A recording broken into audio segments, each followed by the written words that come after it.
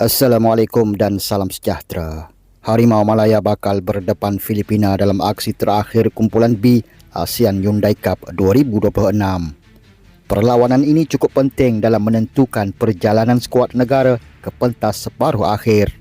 Selepas mengharungi 3 perlawanan, Malaysia mengumpul 6 mata hasil kemenangan 2-1 ke atas Myanmar dan 4-0 ke atas Laos sebelum momentum skuad negara terhenti selepas tewas 0-2 kepada Thailand.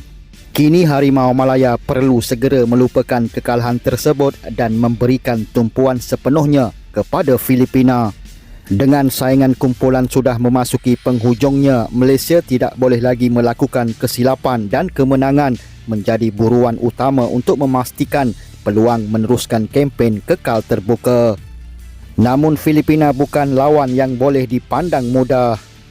Walaupun baru sahaja tewas tipis 0-1 kepada Thailand, mereka berjaya memberikan tentangan sengit kepada Gajah Perang dan turut menunjukkan kemampuan di bahagian serangan sepanjang kejohanan ini. Justru Malaysia perlu tampil lebih agresif dan berdisiplin sejak minit pertama. Harimau Malaya perlu mengawal permainan, mengurangkan kesilapan mudah ketika kehilangan bola dan paling penting, lebih tajam di hadapan pintu gol lawan.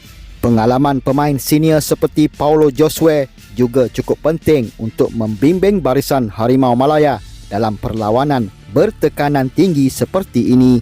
Kelebihan beraksi di laman sendiri juga perlu dimanfaatkan sepenuhnya. Selepas kekecewaan menentang Thailand, ini peluang terbaik untuk Harimau Malaya bangkit di hadapan penyokong sendiri dan membuktikan mereka masih mempunyai kemampuan untuk mencabar.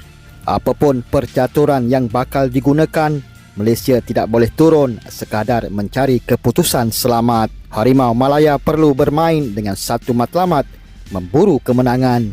Malaysia menentang Filipina, tiada lagi ruang untuk tercicir mata.